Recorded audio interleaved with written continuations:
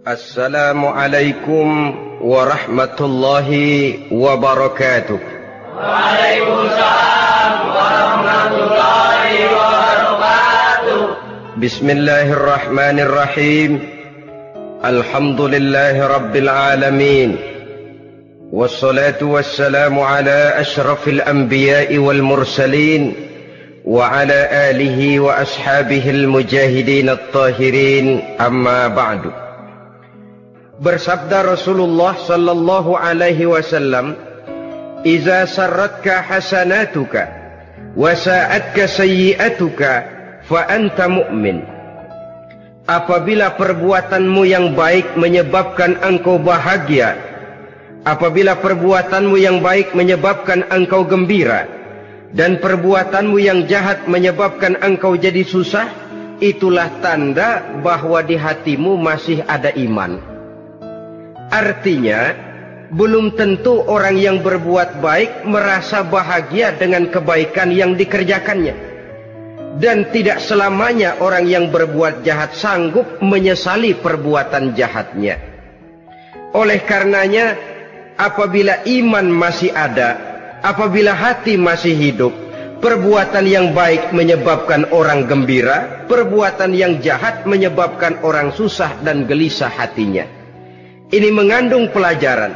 Sekali kita berbuat baik, jangan sekali-kali menyesali kebaikan itu. Sebaliknya, satu kali kita melakukan kesalahan, hendaknya selalu menyesalinya. Kadang-kadang dalam kehidupan, karena orang tempat kita berbuat baik itu rupanya membalas air susu dengan air tuba, kita lalu menyesali kebaikan. Lahirlah kata-kata, "Nyesal saya nolong dia." Ibarat pepatah katanya, nolong anjing kejepit. Waktu kejepit setengah mati kita tolongin, begitu selesai dia dari kejepitnya malah kita digigitnya. Saudara hadirin yang saya muliakan, dalam kehidupan sehari-hari barangkali ini kena filsafat yang disebut dorong mobil mogok. Ketika mobil mogok setengah mati kita dorong, begitu mesin hidup ditinggalkannya kita di belakang. Sesungguhnya perbuatan kita yang baik tidak harus disesali, karena disesali atau tidak, toh perbuatan itu sudah kita lakukan. Dan penyesalan atas segala kebaikan hanya akan mengurangi nilai pahala kebaikan itu sendiri. Berbahagialah apabila berbuat baik, walaupun orang yang kita melakukan kebaikan membalasnya dengan kejahatan. Menyesalah apabila berbuat kesalahan, apabila melakukan dosa, karena itu pertanda nilai iman yang masih hidup dalam jiwa kita.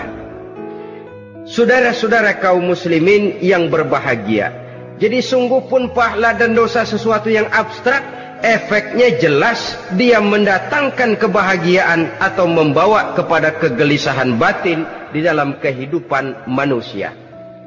Orang di zaman materialis kurang terangsang berbuat pahala dan terdorong melakukan dosa. Kenapa? Karena pahala tidak kelihatan, dosa tidak nampak. Kalau pahala kelihatan, barangkali nggak kuat kita mikul pahala.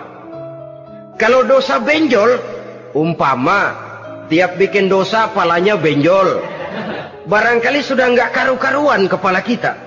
Baik pahala, baik dosa, sesuatu yang tidak nampak oleh pandangan mata zahir, tapi yang punya efek dalam kehidupan ini. Orang yang banyak pahalanya dengan orang yang banyak dosanya, kalau dia berjalan barangkali sulit kita membedakan. Tapi efeknya dalam kehidupan ini jelas adanya. Sesuatu yang bernama pahala kita perlukan, karena hidup tidak berhenti hingga di sini.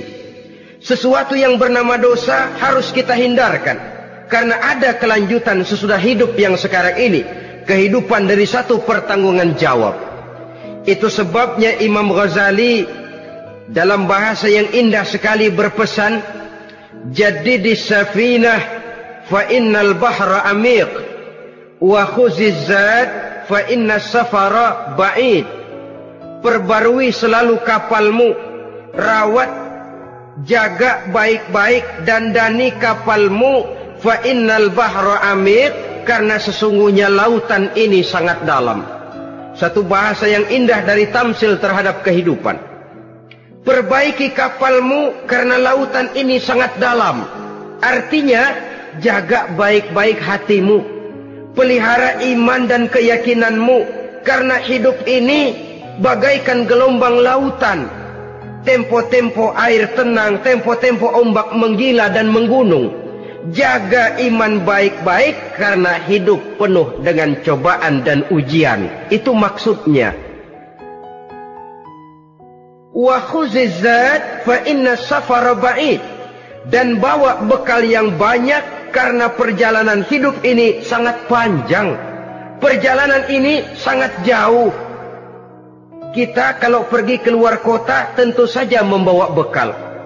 Makin jauh kota yang akan kita tuju, makin banyak bekal yang harus kita bawa. Alangkah sengsaranya manusia apabila dia akan pergi ke satu kota yang jauh, modalnya cuma nekat. Bagaimana nanti di sana sajalah. Tidak membawa bekal sebagaimana yang sewajarnya. Hal yang semacam ini senangnya sih belum tentu, keblangsak dan susahnya sudah kebayang. Itu dalam kehidupan di dunia ini. Bagaimana kalau sudah bicara tentang kehidupan yang akan datang? Karena sesungguhnya hidup ini merupakan satu perjalanan yang sangat panjang. Sejak kita tinggal di alam arwah, pada saat jasad belum lagi diciptakan Allah, ruh sudah diciptakannya lebih dahulu. Sampai kemudian kita pindah ke alam rahim, alam kandungan ibu. Untuk kemudian berpindah kepada kehidupan dunia. Dari dunia ini kita pindah ke alam barzakh. Di sana tinggal kita 100 tahun mungkin, 100.000 tahun mungkin, 1 juta tahun mungkin, menunggu saat datangnya kiamat. Lalu dari alam barzakh pindah kita ke alam akhirat. Satu perjalanan yang sangat panjang.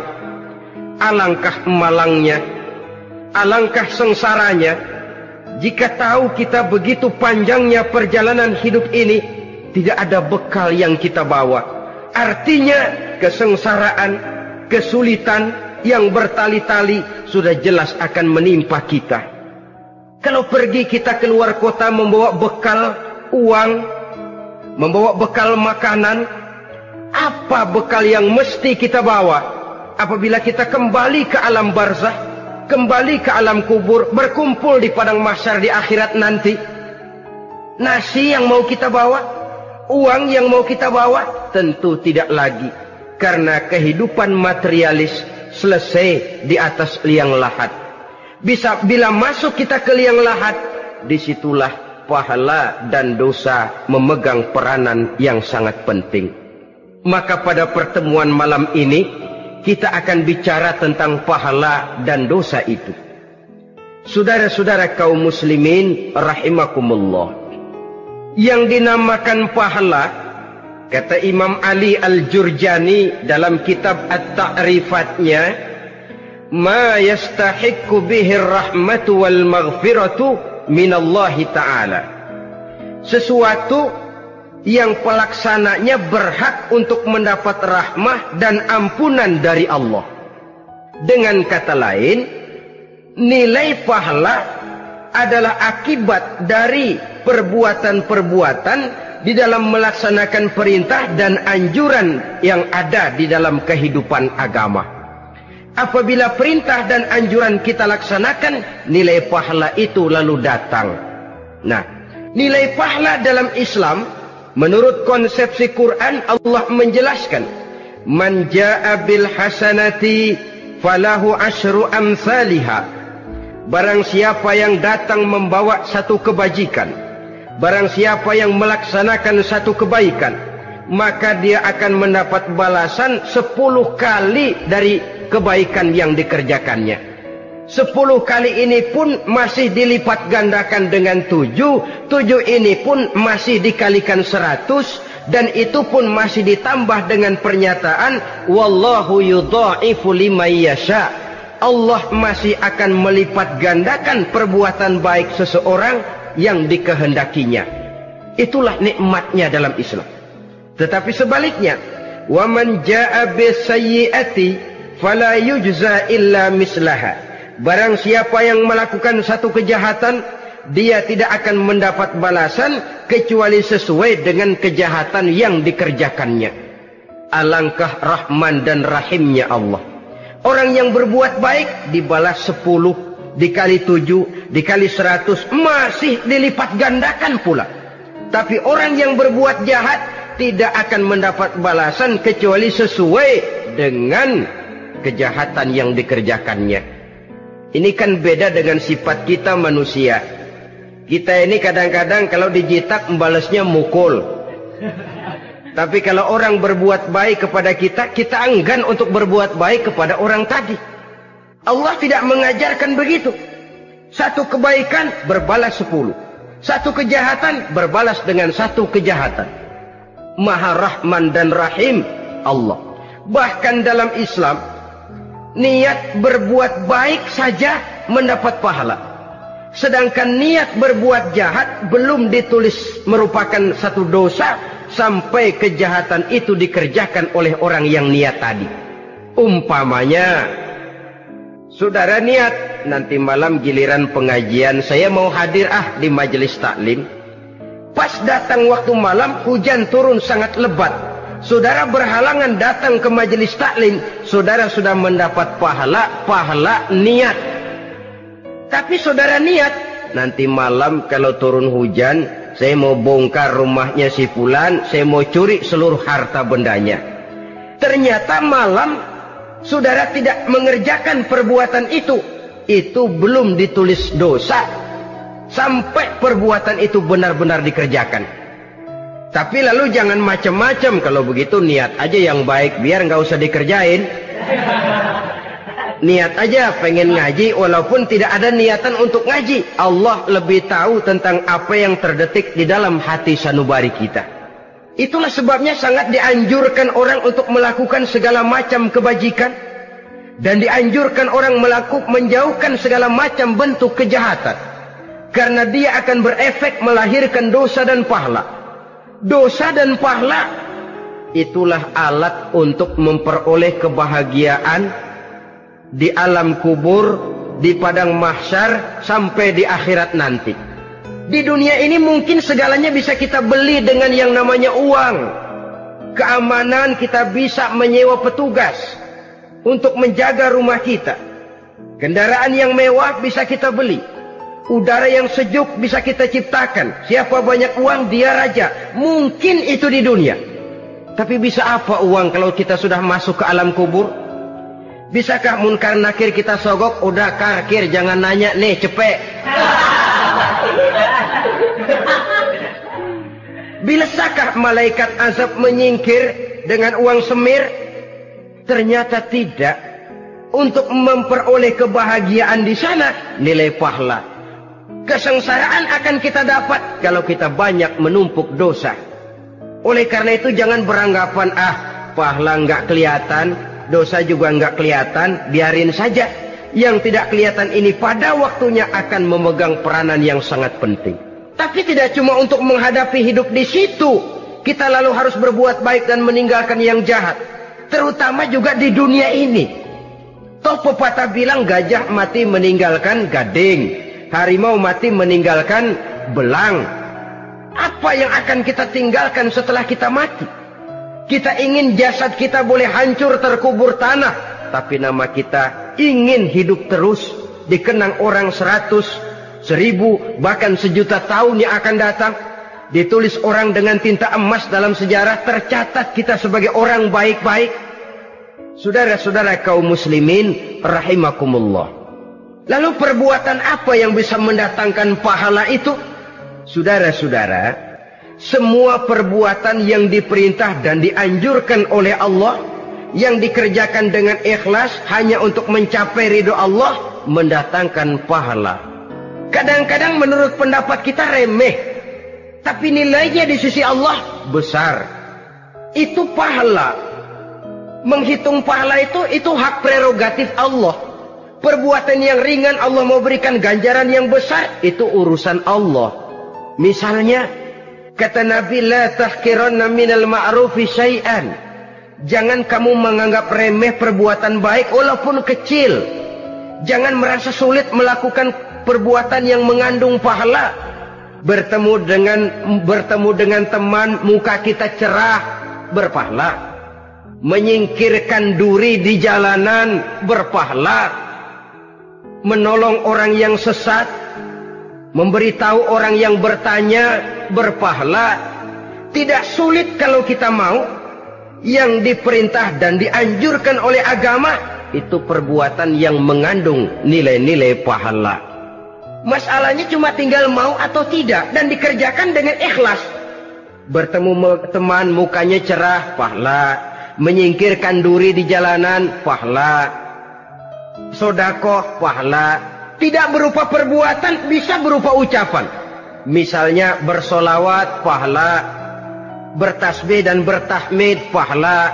Kata Nabi, kalimatani khafifatani 'alal lisan, saqilatani fil mizan. Ada dua kalimat yang enteng di lidah tapi berat di timbangan akhirat nanti. Apa itu? Subhanallah walhamdulillah. Itu kan amalan yang ringan, perbuatan yang mudah saja, tapi nilainya demikian besar dalam pandangan Allah. Jadi pendeknya, perbuatan yang bernilai pahala adalah perintah dan anjuran agama yang dilaksanakan dengan ikhlas semata-mata untuk mencapai ridho Allah, itu mengandung pahala. Niat dasarnya itu harus karena Allah, landasannya harus karena ikhlas. Bukan cuma sekedar basa-basi, tidak karena ingin dipuji orang, tidak karena mengharap tanda jasa, tapi ikhlas semata-mata.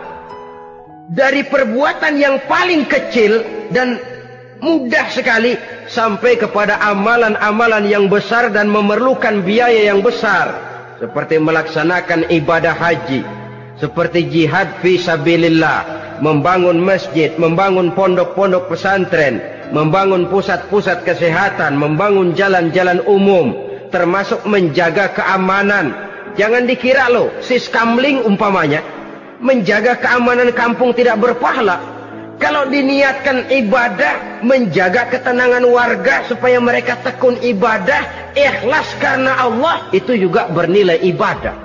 Keluar kita dari rumah, pergi pagi, pulang sore, peras keringat, banting tulang cari nafkah buat menghidupi anak istri kita. Kalau diniatkan ibadah, melaksanakan kewajiban sebagai kepala rumah tangga, membantu orang tua sebagai anak, itu juga perbuatan-perbuatan yang mengandung pahala. Yang terbaik sesuai dengan bidang kehidupan kita. Ada orang yang dinamakan abid, ahli ibadah, pahala yang paling baik bagi dia banyak-banyak tahajud, sembahyang malam, wirid, zikir, tasbih.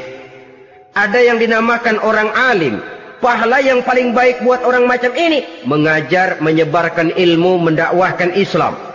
Ada yang disebut wali, pejabat pemerintah, petugas. Amalan pahala yang paling baik buat orang semacam ini melayani masyarakat, bekerja di bidangnya sesuai dengan profesinya. Saudara hadirin yang saya hormati, jadi dengan demikian perbuatan-perbuatan yang mengandung nilai-nilai pahala ini bisa perbuatan yang menurut kita kecil namun punya nilai besar. Apalagi perbuatan besar dengan biaya yang besar, tentu makin besar juga pahala yang disediakan oleh Allah Subhanahu wa ta'ala. Oleh karenanya, kalau kita bercermin dari ayat Quran, hidup ini kesempatan untuk berbuat baik. Huwallazi khalaqal mauta wal hayata liyabluwakum ayyukum ahsanu amala. Dialah Allah, Tuhan yang telah memberikan hidup dan mati kepadamu untuk menguji kamu, siapa di antara kamu yang paling baik amal perbuatannya. Jadi tidak saya rinci, tapi cukuplah satu penjelasan global.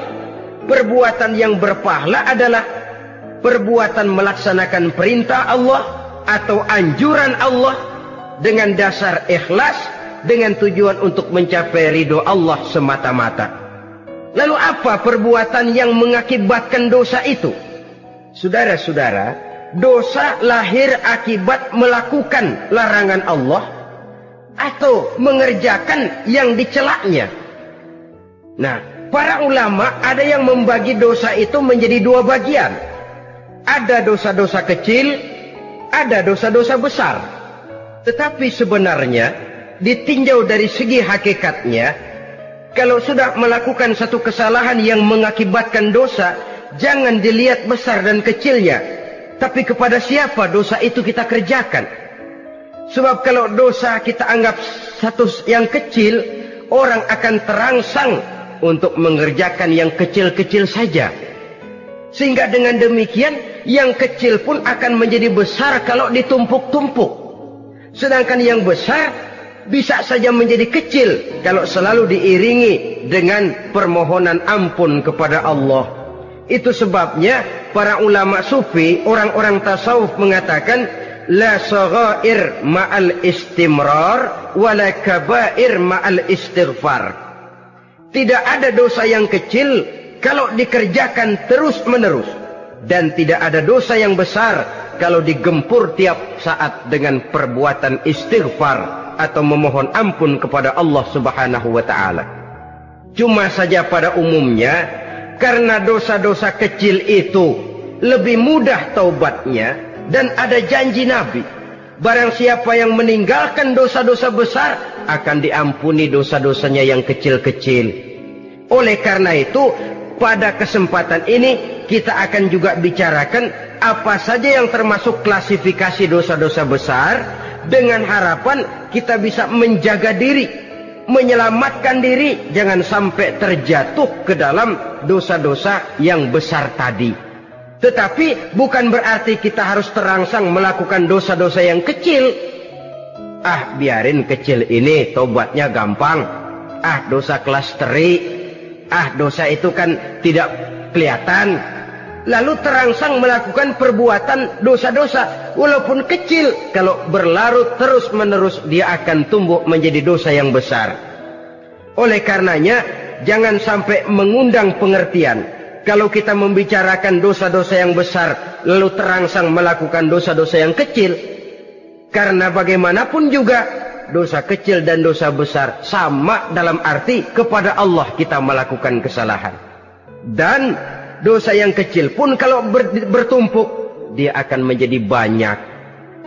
Saudara-saudara kaum muslimin rahimakumullah, ada beberapa jenis dosa-dosa besar. Jenis yang pertama, asyirku billah, syirik atau menyekutukan Allah.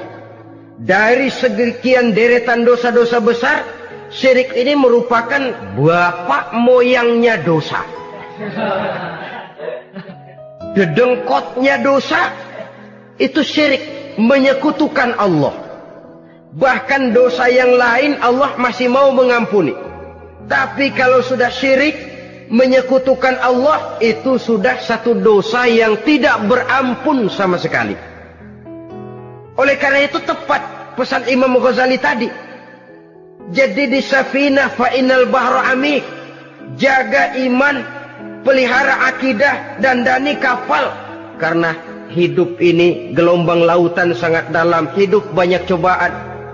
Di dalam hidup di zaman sekarang ini, saudara bisa perhatikan, di mana tensi ekonomi tinggi, lapangan kerja sulit, persaingan hidup makin tajam, sifat egois dan individualis tumbuh di mana-mana, rasa solidaritas sosial menurun, sifat gotong royong musnah. Orang mudah potong kompas, potong jalan. Ingin cepat kaya, ingin cepat naik pangkat, ingin dapat kedudukan.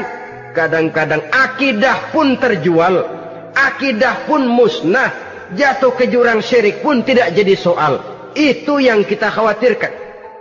Kalau dosa-dosa yang lain Allah masih mau mengampuni, tapi kalau sudah jatuh kepada syirik, Allah sama sekali tidak akan memberikan ampun. Dalam kaitan dengan ini barangkali tepat sinyalemen Imam Ali itu. Andai kata kemiskinan merupakan satu kepribadian, saya akan membunuhnya lebih dahulu. Artinya memang kemiskinan ini sering mendorong orang kepada jurang kemusyrikan. Tidak tahan menghadapi godaan perut akibat tensi ekonomi yang tinggi, lapangan kerja yang sulit. Iman pun jadilah ditukar dengan 3 liter beras. Akidah pun jadilah dibarter dengan 3 bungkus supermi, dengan pakaian bekas, dengan obat-obatan. Tidak jadi soal baginya mengejar kebahagiaan yang relatif singkat dengan mengorbankan kebahagiaan yang abadi. Persis ibarat pepatah, nyari jarum kampak hilang. Mencari sesuatu yang kecil, yang besar jadi sia-sia. Membela perut, mengorbankan akidah. Na'udzubillah summa na'udzubillah. Saudara-saudara kaum muslimin rahimakumullah. Ini fakta. Ini kenyataan. Dan hal semacam ini tidak bisa diatasi cuma dengan ceramah, simposium, diskusi, seminar. Apalagi Nabi berpesan, solahu ummati bil ilmi wal mal. Umatku hanya bisa menjadi baik akidahnya dengan ilmu dan harta. Itu bahasa Nabi. Kalau bahasa kita sekarang, dengan ekonomi dan pendidikan. Ilmu, pendidikan, ekonomi, harta. Tanpa itu sangat besar kemungkinan kita bisa menjual akidah terjerumus di lembah kemusyrikan. Maka terutama kepada saudara-saudara saya, muslimin yang terpencil jauh dari kota-kota besar, yang kadang dalam kehidupan seharinya imannya sering digoda oleh supermi, akidahnya sering ditantang oleh pembagian beras, pakaian-pakaian bekas, obat-obatan dan sebagainya. Jaga dan bentengi akidah kita. Lebih baik nyawa berpisah dari badan, asal iman jangan berpisah dari hati. Kepada adik-adik saya para remaja, para pemuda di kota-kota besar, yang iman dan akidahnya sering ditantang dengan minuman-minuman keras, fasilitas-fasilitas yang menghanyutkan, yang secara terarah dan praktis sedikit demi sedikit menggiring kita untuk keluar dari nilai-nilai akidah.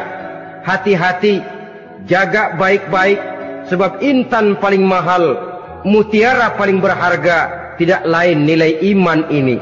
Tergelincir kita daripadanya, jatuh ke lembah kemusyrikan, jatuh ke satu dosa yang teramat besar, yang Allah tidak akan pernah memberikan ampun lagi. Ini dosa besar yang pertama. Yang kedua, qatlun nafsi illa bilhaq. Membunuh orang tanpa alasan yang benar. Di zaman kesulitan ekonomi kadang-kadang orang mudah nekat. Tengok saja, kadang-kadang karena pasal uang 100-200 perak saja nyawa bisa melayang.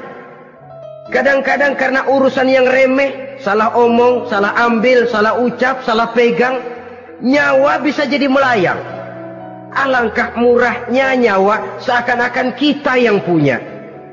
Padahal nyawa itu hak milik Allah.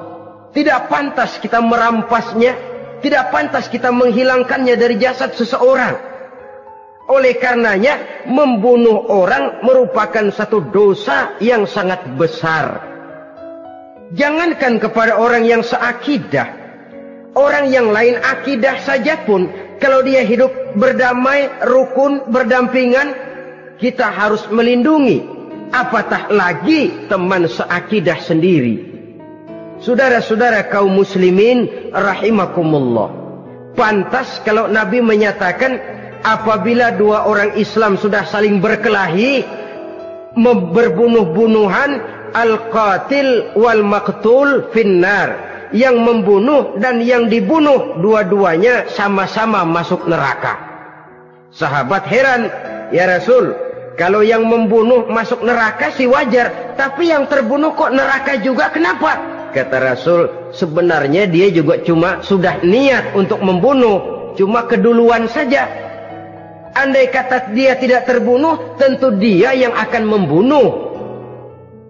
Saudara-saudara kaum muslimin rahimakumullah, Islam sesuai dengan namanya adalah agama damai. Kita tidak boleh mencari-cari musuh, walaupun tidak boleh lari kalau bertemu musuh. Oleh karenanya, pantang seorang muslim menimbulkan benih keonaran menjadi biang kerok buat lingkungannya. Sesuai dengan namanya, seorang muslim adalah seorang yang dalam hidup senantiasa berusaha menebarkan salam, menebarkan kedamaian, ketenangan dan ketentraman. Dengan prinsip musuh jangan dicari, bertemu pun jangan lari. Yang ketiga, termasuk dalam kelompok dosa besar ini, syurbul khamr, meminum minuman keras. Termasuk di dalam kata khamr ini ganja, morfin, narkotik. Sebab apa? Jenis minuman semacam itu tidak hanya merusak keadaan sekarang, tapi sekaligus merusak kehidupan yang akan datang. Kalau itu jatuh di tangan generasi muda, artinya kan merusak kehidupan masa depan daripada suatu bangsa. Karena apa? Remaja dan pemuda merupakan bentuk miniatur daripada kehidupan bangsa. Akan bagaimana warna umat Islam di Indonesia, bahkan akan bagaimana warna Indonesia 30, 40, 50 tahun yang akan datang, remaja sekarang jawabannya. Kalau remaja kita sekarang ini kerjanya cuma bisa nyekek botol, insya Allah bangsa Indonesia 30-40 tahun yang akan datang akan tumbuh menjadi bangsa teler. Tidak banyak yang bisa kita harapkan. Remaja adalah gambaran masa depan dari satu bangsa, dari satu umat. Dan remaja itu di dalam dirinya secara fitrah terkumpul semua bakat, terdapat semua kemungkinan. Kita ini lahir membawa sifat pemimpin, tapi juga membawa sifat pengacau. Kita ini ada bakat jadi orang jujur, ada bakat jadi pengkhianat. Kita ini ada bakat menjadi orang baik-baik, kita juga punya bakat jadi biang kerok. Kita kemungkinan bisa jadi pemimpin bangsa, tapi juga bisa menjadi pemimpin bangsat. Nanti lingkungan dan pendidikan akan menumbuhkan, membentuk mana yang tumbuh lebih subur. Kalau lingkungan dan pendidikannya lebih banyak bercerita tentang kejujuran, maka nilai kejujuran yang akan tumbuh lebih banyak dalam jiwanya. Dan insya Allah diharapkan dia akan menjadi manusia yang jujur di kelak kemudian hari nanti. Dan masalah minuman keras ini sebenarnya berkait. Kita tidak bisa cuma menyalahkan remaja saja, menyalahkan pemuda saja. Karena bagaimanapun masalahnya kompleks. Menghancurkan sesuatu tanpa melihat kausalnya, tanpa melihat sebab akibatnya, kan sama juga bohong. Kemungkinan karena broken home, kemungkinan karena pergaulan, kemungkinan karena kurang perhatian orang tua, kemungkinan karena akibat bacaan, tontonan, atau fasilitas berupa dibukanya pabrik-pabrik minuman keras, dijualnya minuman-minuman keras, di warung-warung yang remang-remang, yang memberikan kenikmatan, kebahagiaan dan kebanggaan tersendiri, sehingga akhirnya orang terangsang untuk datang dan minum di sana.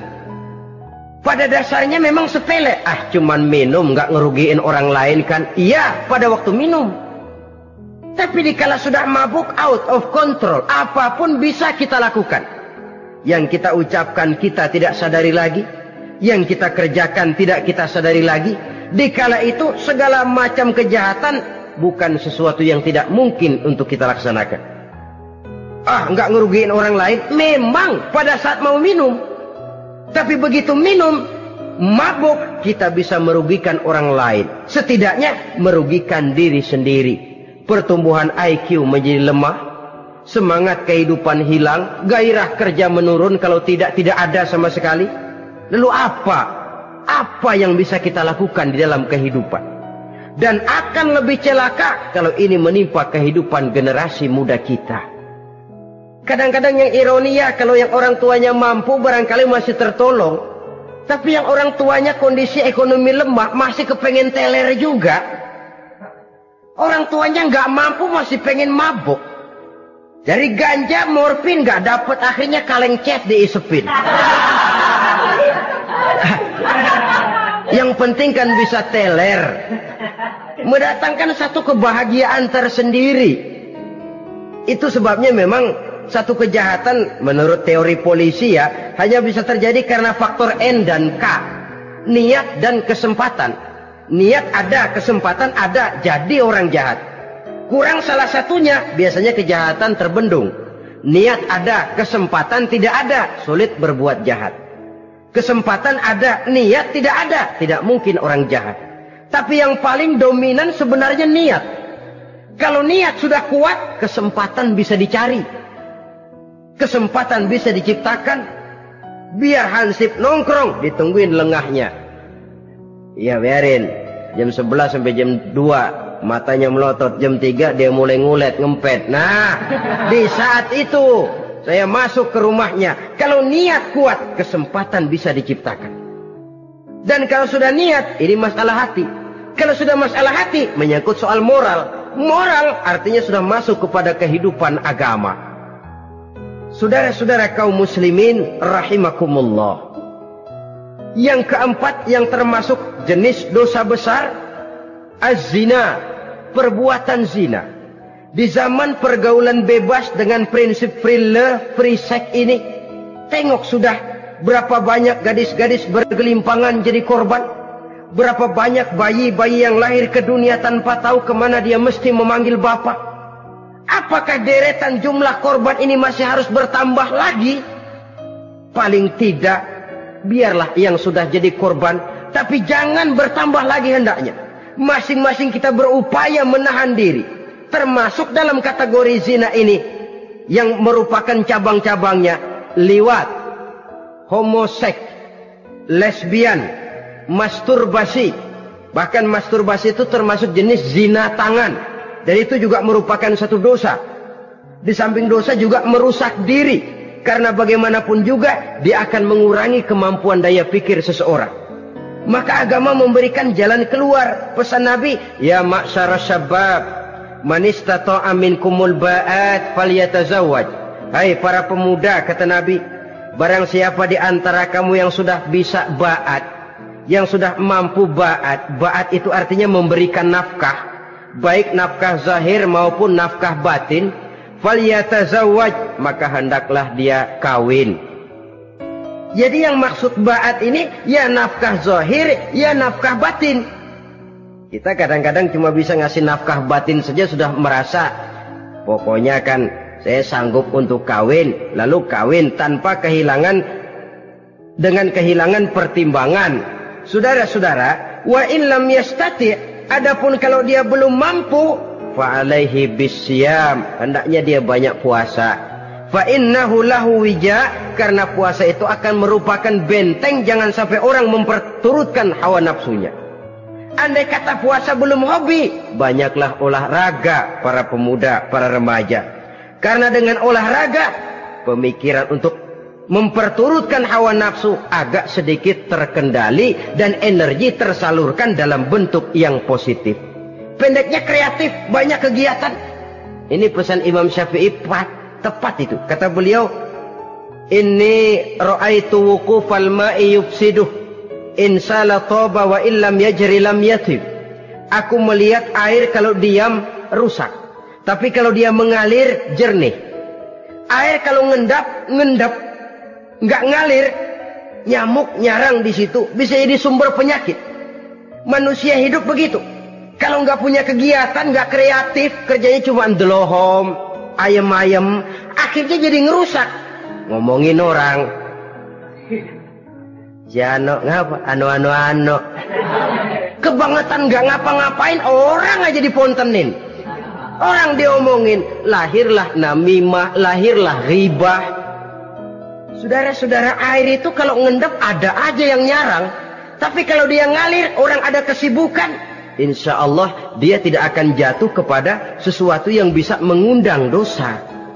Isilah waktu dengan hal-hal yang bermanfaat. Karena hidup ini singkat dan tidak berjalan mundur ke belakang. Mundur hancur, berhenti diinjak orang. Sekali melangkah, jangan surut mundur ke belakang. Homoseks, terlepas dari penyakit kejiwaan. Sekarang ini kan sudah ada persatuan kaum gay katanya. Meminta perlakuan yang sama dan agar dibolehkan kawin sesama mereka. Secara manusiawi boleh, secara manusiawi kita hargai mereka. Tapi dari kacamata agama ini jelas merupakan penyimpangan. Dan penyimpangan merupakan suatu dosa, terlepas dari pertimbangan manusiawi.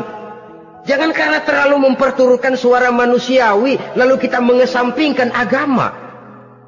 Termasuk lesbian, wadon karo wadon. Kalau homo itu kan lanang karo lanang katanya. Saudara-saudara kaum muslimin rahimakumullah, ini bukan penyakit baru. Liwat, homoseks sudah dikenal dari zamannya Nabi Lut, laki dengan laki. Lesbian dari zaman istrinya Nabi Lut. Terlepas dari penyakit kejiwaan, dari segi agama ini merupakan penyimpangan dan merupakan dosa yang besar. Yang kelima, yang termasuk jajaran dosa kelas kakap, qazful mu'minina wal mu'minat, menuduh orang mukmin yang baik-baik, laki atau perempuan, melakukan perbuatan zina sehingga hancur namanya di masyarakat. Ini merupakan satu perbuatan dosa yang sangat besar dan sangat dimurkai oleh Allah. Saudara-saudara kaum muslimin rahimakumullah, oleh sebab itu tentang masalah ini, kalau memang tidak ada saksi, jangan sembarang kita enteng lidah menuduh orang lain berbuat zina, menuduh orang lain berbuat serong. Dosanya kelewat besar di dalam kehidupan. Karena apa? Mencari harga diri itu berat, memelihara kehormatan diri jauh lebih berat. Satu kali orang dihancurkan namanya di masyarakat, dia akan terisolir jadinya. Oleh karenanya, berlindung kita kepada Allah, jangan sampailah dihinggapi oleh sifat ini. Karena sentimen kita kepada seseorang, karena hasad kita kepada seseorang, tidak senang melihat orang lain lebih maju, lalu lidah ini seenaknya saja mengucapkan kata. Padahal sanksi dan resikonya sangat besar. Yang kita tuduh barangkali mendapat pahala dari Allah. Kita sendiri yang menuduh tanpa saksi, tanpa alasan yang benar, mendapat dosa yang sangat besar. Saudara-saudara, memang kadang-kadang aneh dalam hidup ini. Seorang pelacur biasanya bisa menjaga mulutnya di masyarakat, kata-katanya baik, sopan. Kenapa? Karena mulut yang satu sudah tidak terjaga.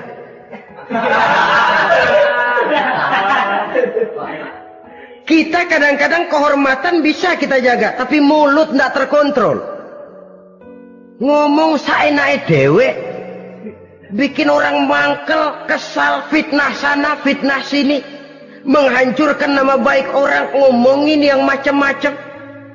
Bagai-bagai macamlah caranya. Saudara-saudara kaum muslimin yang berbahagia. Jadi dengan demikian, menuduh orang lain berbuat zina, sedangkan orang itu tidak pernah melakukannya, ini termasuk satu dosa yang sangat besar di dalam kehidupan ini. Yang keenam, al-'aqu bil walidain, durhaka kepada ibu bapak. Seorang anak, bagaimanapun banyak nilai ibadahnya, banyak kebaikan di masyarakat, menyandang berbagai macam gelar, pangkat dan jabatannya tinggi, tapi kalau sudah durhaka kepada kedua orang tuanya, alamat hidup tidak lagi membawa keberkahan, dan itu dosa yang sangat besar. Sampai Nabi sabdakan, ridho Allah ada di dalam keridhaan ibu bapak, murka Allah pun ada di dalam kemurkaan ibu dan bapak. Walaupun belum tentu setiap kita orang tua, tapi yang jelas setiap kita adalah anak, dan setiap anak punya ibu dan bapak. Jangan sampai kacang lupa kepada kulitnya. Saudara-saudara kaum muslimin rahimakumullah, durhaka kepada ibu bapak merupakan perbuatan yang sangat dimurkai oleh Allah. Apalagi ibu yang telah melahirkan kita, bahkan mengandung kita. Begitu juga bapak yang telah berusaha peras keringat banting tulang untuk mengasuh membesarkan kita. Tidak ada perbuatan baik yang kita lakukan untuk bisa menebus kebaikan daripada ibu dan bapak kita. Setidaknya kalau belum bisa berbuat baik kepadanya, kepada keduanya, janganlah menyakiti hati keduanya. Itu saja dulu yang harus dijaga. Kadang-kadang sudah berbuat baik enggak, nyakitin melulu. Sudah nyenangin belum bisa, saban sehari nyakitin saja. Padahal kedua orang tua itu doanya manjur, sebagaimana sumpahnya juga bisa jadi kenyataan, dan sering bahkan menjadi kenyataan. Sampai ibu bapak sudah wafat, sudah meninggal sekalipun, kewajiban berbakti masih harus terus dilakukan oleh seorang anak. Lalu yang ketujuh, at-tawalli yaumaz zahfi, berpaling pada hari pertempuran. Orang sedang sibuk-sibuk menghadapi musuh, maksudnya berjuang membela agama ini, dia lari menyelamatkan diri. Pengecut, mental munafik. Ayo, kalau demi agama, mari kita maju ke depan. Allahu Akbar. Yang besar Allah, yang lain kecil semua. Maju. Orang lain maju serentak, dia mundur jauh ke belakang. Mental munafik, mental calo istilah sekarang ini. Oh, itu calo, mental calo. Tuhan gedek banget itu. Coba ya, calo itu paling sibuk nyuruh penumpang naik. Tapi sementara penumpang naik sampai ke tempat tujuan masing-masing, calonya nggak kemana-mana, diem aja di situ. Cuma orang aja disuruh naik. Saudara-saudara, kerja bakti. Orang turun ke comberan, dia naik ke tempat tidur. Mundur di hari pertempuran, menyebabkan orang lain gugur, dia sendiri menyelamatkan diri. Mental pengecut, mental munafik, itu merupakan dosa yang sangat besar. Saudara-saudara kaum muslimin rahimakumullah. Itu sebabnya agama itu memerlukan keberanian. Memang, tapi bukan keberanian yang tanpa perhitungan. Sebab berani tanpa berhitung namanya berani babi. Kita berani kalau benar, kita harus takut kalau salah. Jangan dibalik. Salah berani, nekat namanya. Benar takut, pengecut namanya. Orang yang pengecut adalah orang yang takut membela kebenaran. Orang yang nekat sesungguhnya udah salah nggak malu lagi. Udah salah nekat lagi. Merasa rugi berbuat kebaikan, puas kalau berbuat kejahatan. Padahal Nabi pesan, siapa yang berbuat dosa sambil tertawa, nanti dia akan masuk neraka sambil menangis. Karena itu dipesan pula di dunia ini, sering-seringlah mencuci mukamu dengan air mata taubat. Cuci lidahmu dengan zikir kepada Allah. Bersihkan hatimu dengan air ikhlas. Saudara-saudara kaum muslimin rahimakumullah. Kan ada toh orang berbuat baik nggak gembira, tapi berbuat jahat malah puas. Atau sama saja orang lain berbuat baik, hatinya kesel.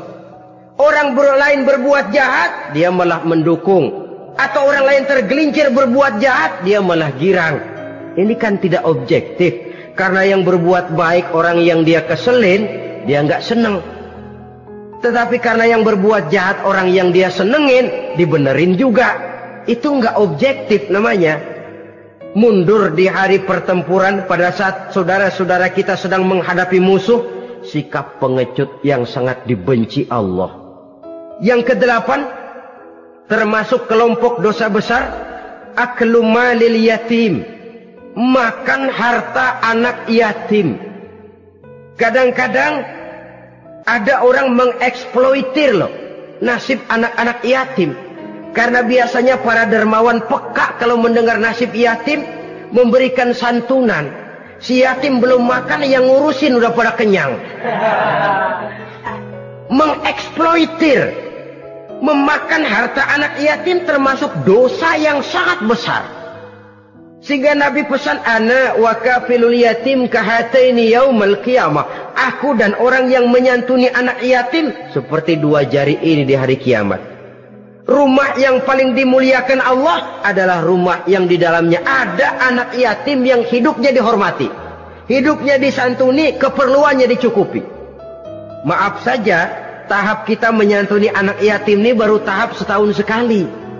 Kalau Muharram kita agungkanlah, kita besarkan. Lebaran yatim katanya.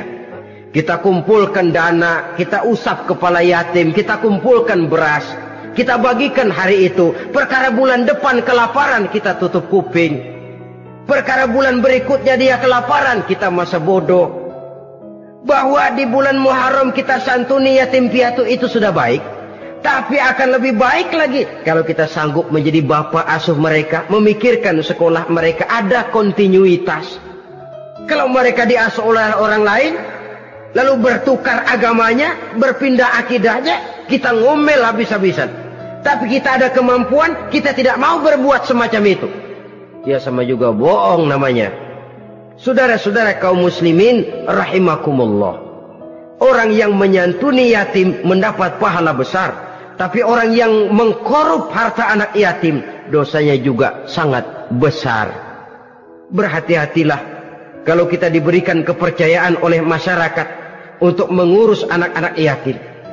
Karena pahalanya besar, resikonya juga besar. Yang kesembilan, syahadatuz zur, sumpah palsu.